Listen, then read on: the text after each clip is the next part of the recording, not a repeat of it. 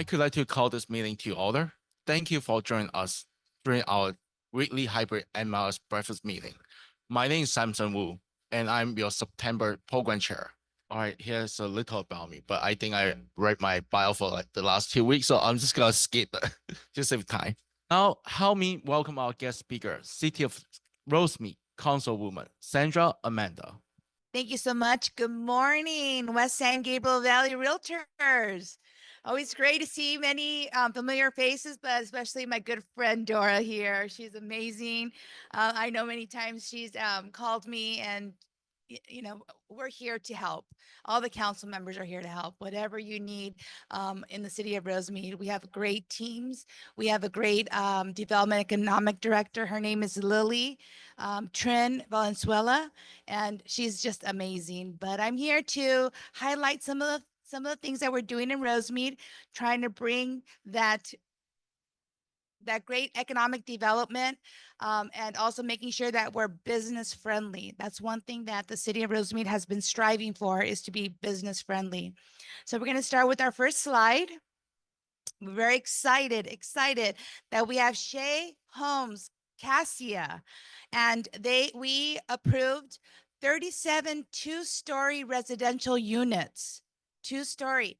8 units are developed utilizing the city's small lot subdivision ordinance. And for those that don't quite understand what that means, is our council member, Sean Dang, brought this to the council, and it is a smaller lot, but not so much the smaller house. So it's a smaller lot. So because of the smaller lots, you're able to build a lot more homes. So we have that in the city of Rosemead. And when I bring this to other cities, they had never heard of a small lot ordinance. And this development actually has 8 of them. Again, smaller lots, not maybe a little bit smaller homes, but not much bigger, maybe 3 bedrooms instead of 4, but it's conducive to the area. And the city was very proud to be able to subsidize 4 of those. The city brought in $300,000 for 4 homes so that it will be considered affordable. It's still $800,000. So, but still that allows people that maybe were not able to purchase a home before, at least give them a little segue to do that. And one of the recipients of our designated affordable housing is a female veteran. So she's able to bring her family to the city of Rosemead. It's still under construction. Half of it is about, I would say 55%, and it's estimated to be completed by January of 2025. So just around the corner. And so there's a lot of opportunities for all of you to try to sell these homes, and partner up with Shea Homes. Next slide, please. One thing that, again, so excited to announce that Pasadena City College is going to build a satellite campus right on Valley and Rosemead Boulevard. It's going to revamp that whole area. It's going to bring great, not only aesthetics, but also it's going to bring great businesses, because we all know that broken window syndrome. When you fix one window, then everybody else is going to fix their windows, and so it brings great development. And so they're going to build a 3-story 70,000 square feet satellite campus that will house offices, classrooms, science labs, study and student support spaces. It also is going to feature a 4-story parking structure with approximately 222 parking stalls for visitors, staff, and students. And one thing that when PCC came to the council, we said, okay, what are you going to do on the weekends? What are you going to, are you going to utilize that? And so we're working on a partnership with them to allow the businesses to utilize the parking And so make sure that we have parking, because we all know that people want to patronize restaurants, want to patronize the retail, but when there isn't any parking, they just go around circles and then they leave. So we're trying to establish that stay in Rosemead, work, play, and spend your money in Rosemead. And so that's what something that we're trying to do with PCC. And there's also going to be a student courtyard and public open space. And so when we were, again, when they came to the city council, we were saying, well, that could be a great opportunity to have like a little a little restaurant row, a bunch of little eateries there. So again, great possibility to capture your clients and bring them into this open space.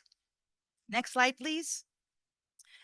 Which brings me to the Merid food hall. If you're familiar with the Blossom Market in San Gabriel, this is going to be very similar to that. The difference is on the top roof is going to be a bar. It's going to be a little entertainment, little spirits, if you will. And this is one of the reasons why we had asked PCC, how are you going to utilize your parking over the weekend?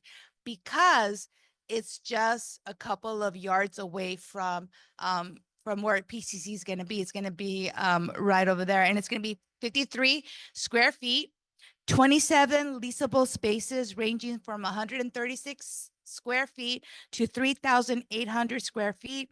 Again, including that rooftop bar, and it's under construction as we speak, and they're estimating completion by 2025. So again, very excited about this. Next slide, please. Now, the Lewis Group of Companies residential development. This is going to be on Walnut Grove, and it's planned for, are you ready for this? 178 two-story residential units.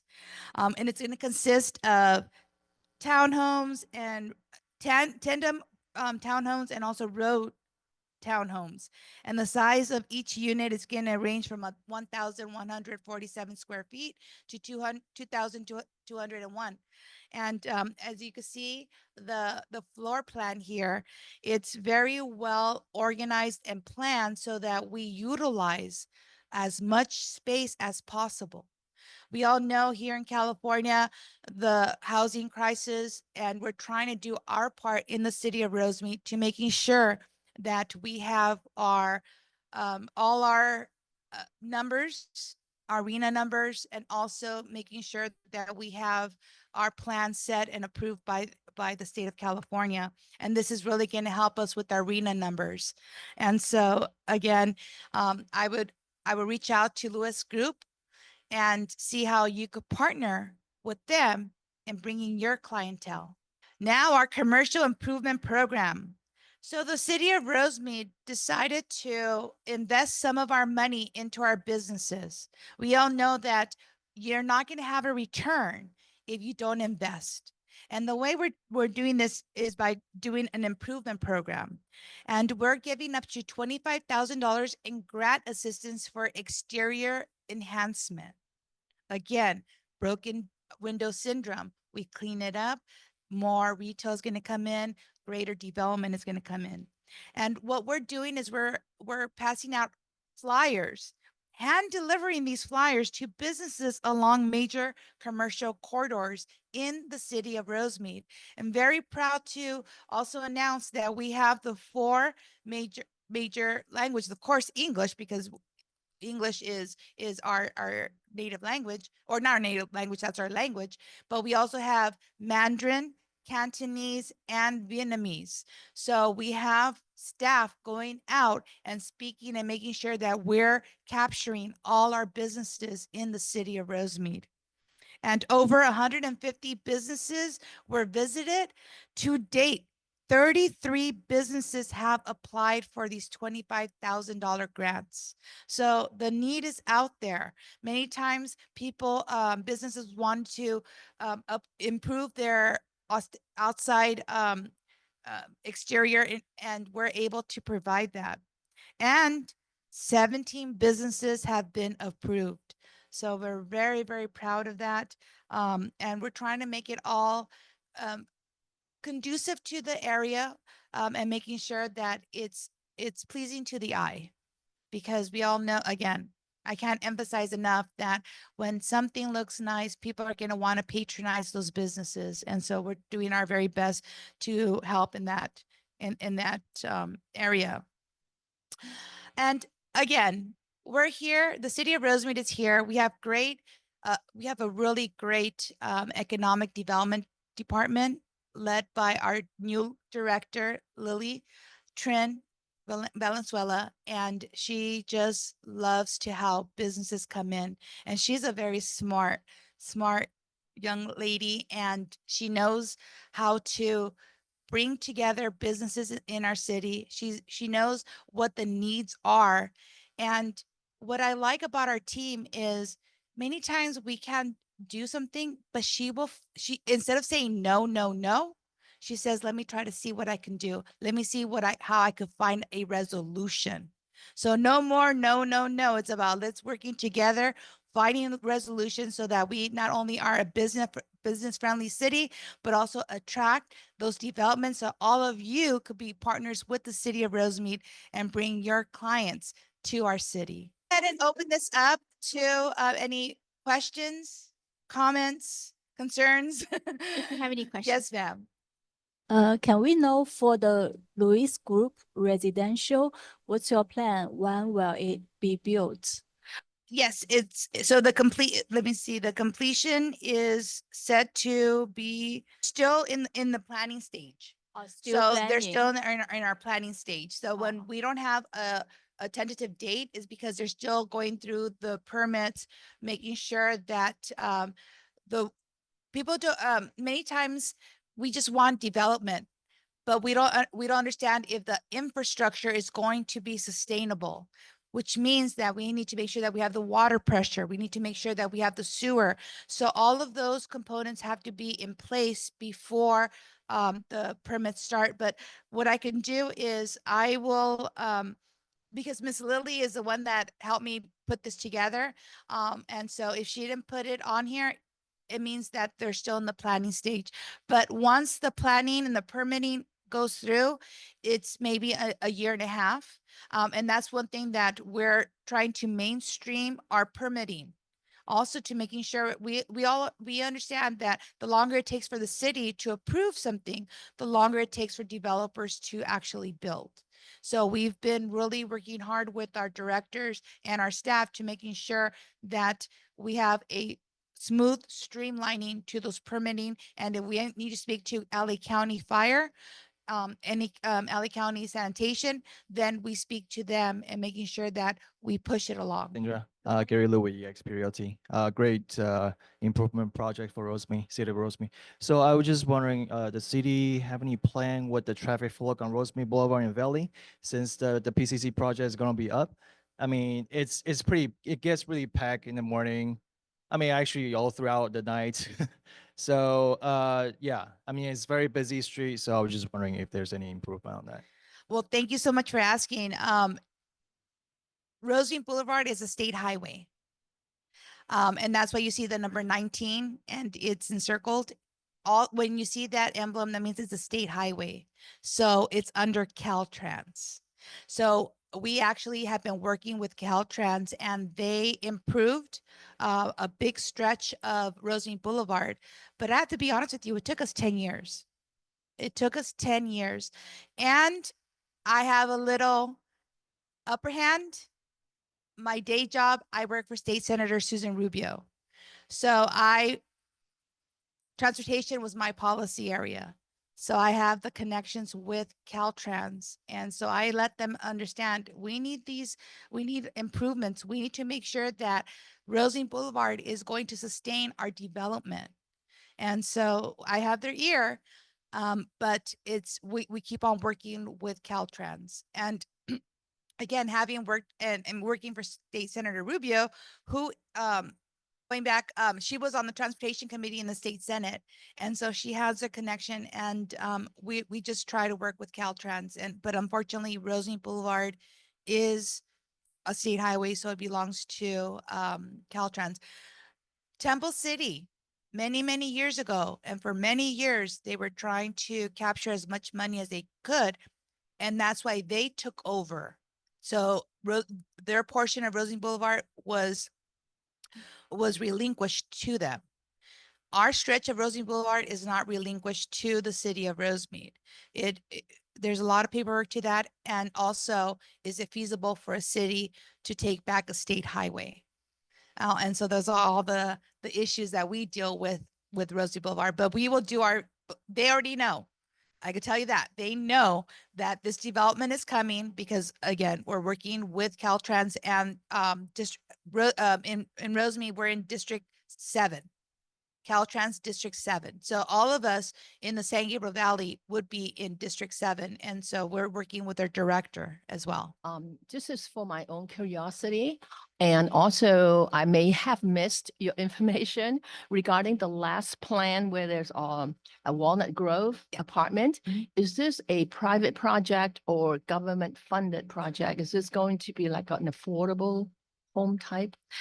No, it's gonna be market value.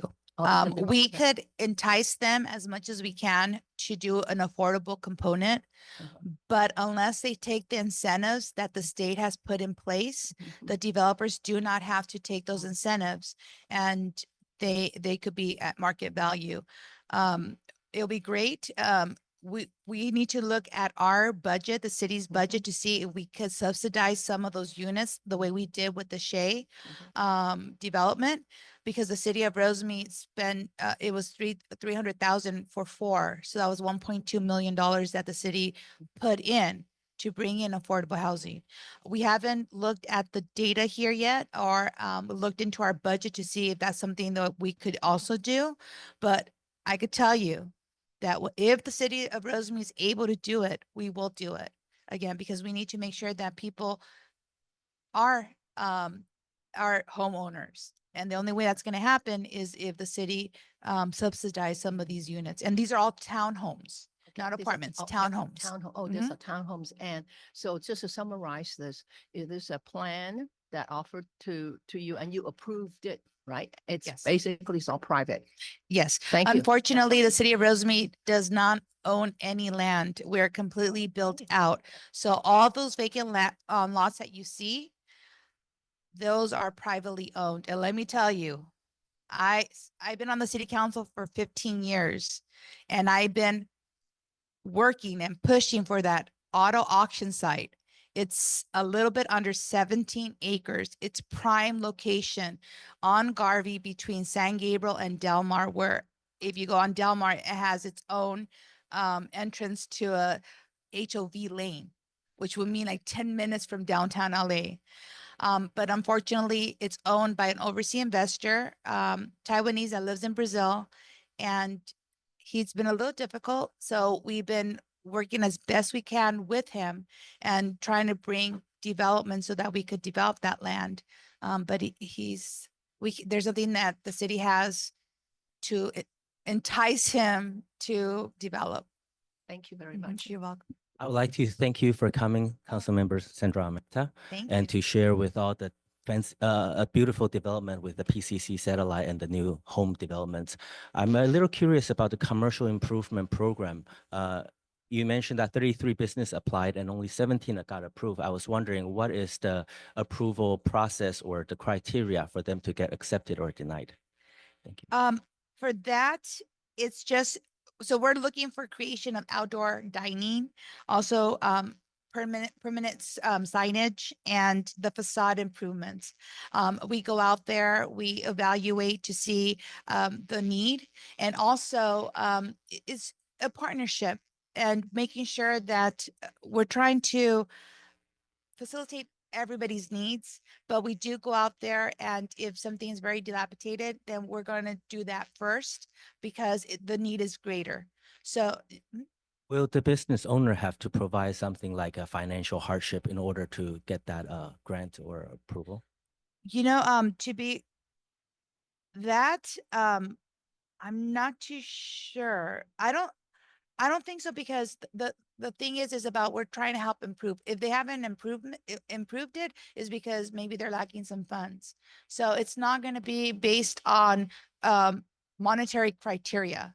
If the need is there and they need help, then it's kind of, we take it on their word. It's a honest transaction. We're not going to have them give us their W-2s and, you know, their income tax returns for the past 5 years. That's not what we're here for. If the need is there and a business comes to the city of Rosemead and said, you know, I want to fix this sign, we want to do outdoor dining, I don't have the funds, then that's when the city comes in. But it is, we do have a limited amount of money. And so the staff will look through the different criteria that we have in place. Again, outdoor dining, permanent signage, and then the facade. And if that's something the city can do, then of course we're going to help that business. But it's not based on showing how much you make or how much the business succeeded that year. It's not based on that. Thank you very much. Mhm. And it's small businesses. We want to help small businesses. So that's the key too, small businesses. Hi, thank you for your information and time. Absolutely. My question was also along the lines of the commercial grant.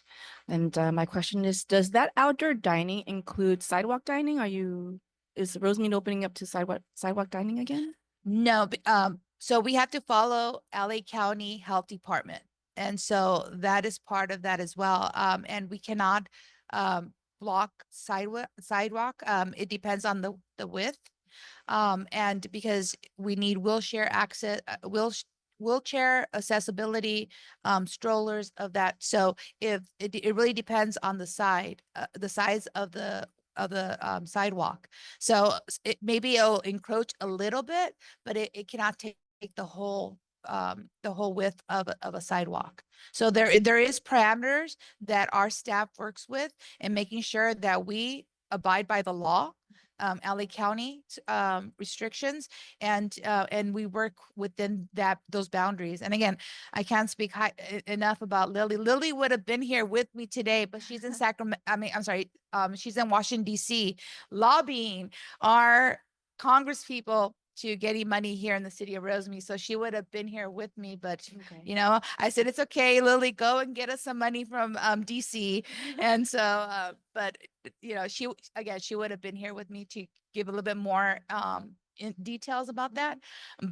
But we still have to abide by those restrictions that LA County says on cities. Just curious, is there anything going on with the southeast corner of Walnut Grove and Valley where Bar Lumber used to be? Not as of yet. It's privately owned. And again, Lily goes out and speaks to those, to the owners of those properties, entices them. Every year, I'm not sure if all of you know, but every year in Las Vegas, there's a conference where every retail,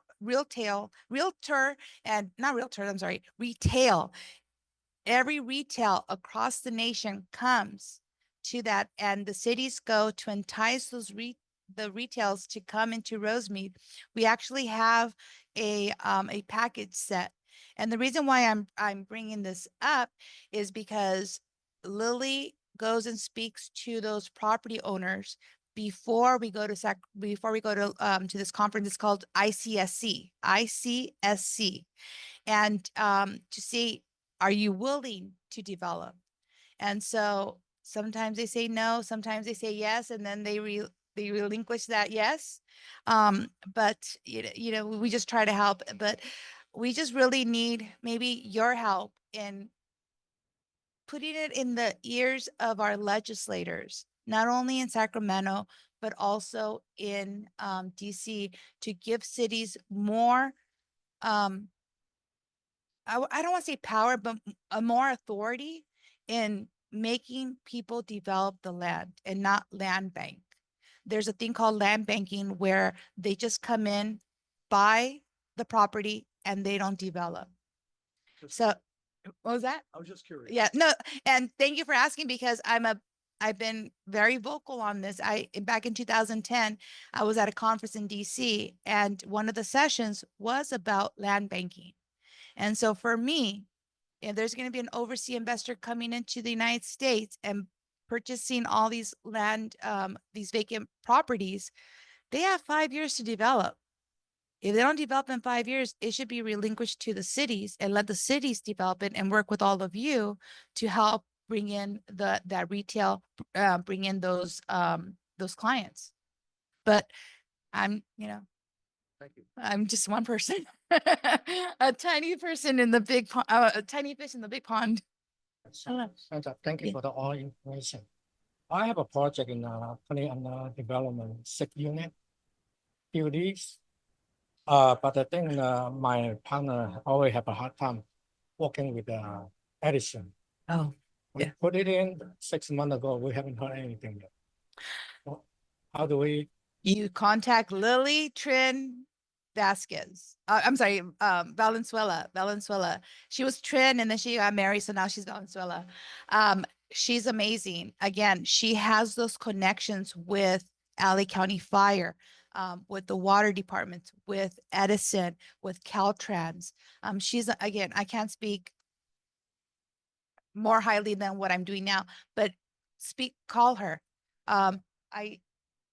Yeah, and then the project is border with Edison too, the nursery. So Oh, we so have it's under the power lines, yeah. and we need that permission to build the block wall too. We couldn't do anything without that. Yeah, well, just so you know, Edison, or even LA County Fire will not approve any development under the power lines. I know that we have a development in Rosemead, Tip Top. Mhm. That was before my time. How it was approved, I don't know. But we've gotten word from Edison, from LA County, saying that that would never happen again. Because you cannot have a development under the power lines. It's too much of a danger and it's a hazard. I honestly, I don't know how it even got approved, but they've already told, they're still a little upset with Rosemead. And I said, well, I wasn't even here. Why are you getting mad at me? Because somehow that got pushed and accepted and it's right under the power lines. And that's why you will not see any businesses, homes developed under those power lines. It's too much of a danger. Yeah.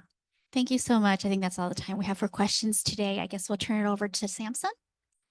Thank you. All right. Please join us next week as we welcome our affiliate, lender and appraiser panel. Their topic will be interest rate are dropping. How low can you go? And thank you everyone for joining our meeting today. Have a wonderful day. This meeting is now adjourned.